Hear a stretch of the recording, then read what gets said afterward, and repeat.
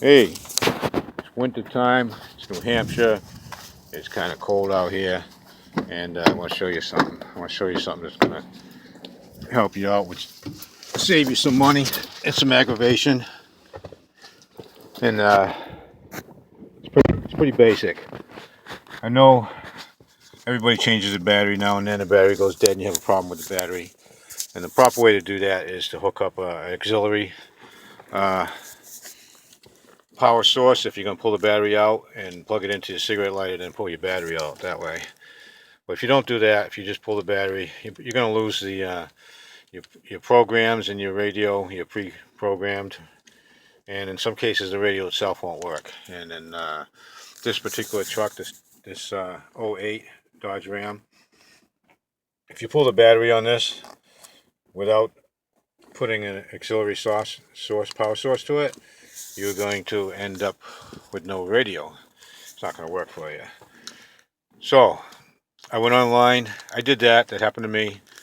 And I ended up with no radio. I went online and looked up all the suggestions and advice that was on there. Some people said you got to take it to the dealer.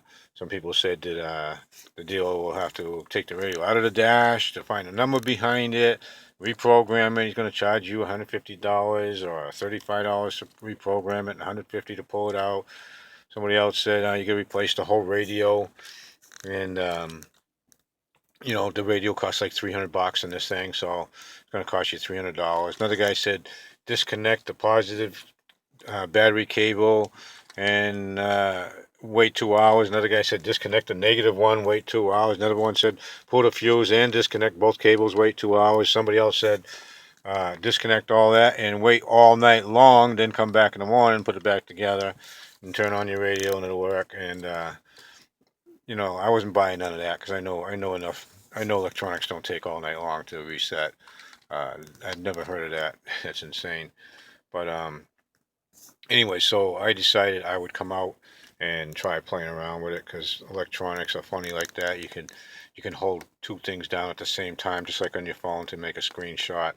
Or you can push one thing twice, or hold it for a second, then push it for 2 seconds. And I knew there was probably a way to do it. So I came out, I played around with it. It took me maybe it actually took me a day or two to play around it and figure it out because I wasn't that familiar with this truck. This truck's fairly new to me, and I found out this is the way to do it. It doesn't cost you anything. Don't take it to the dealer.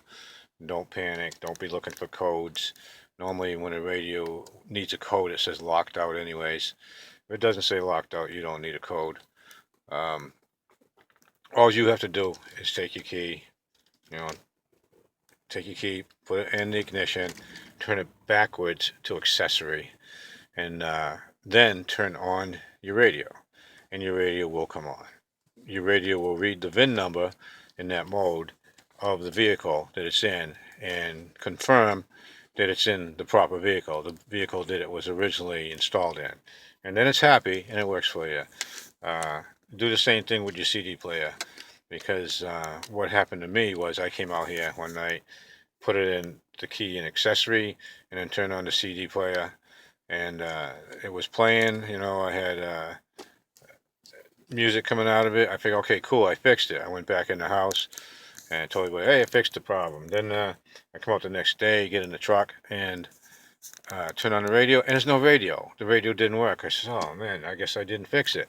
So what I did later that day, I stopped the truck, turned it off, put the key into accessory, turned it back into accessory, then turned on the radio, and the radio worked.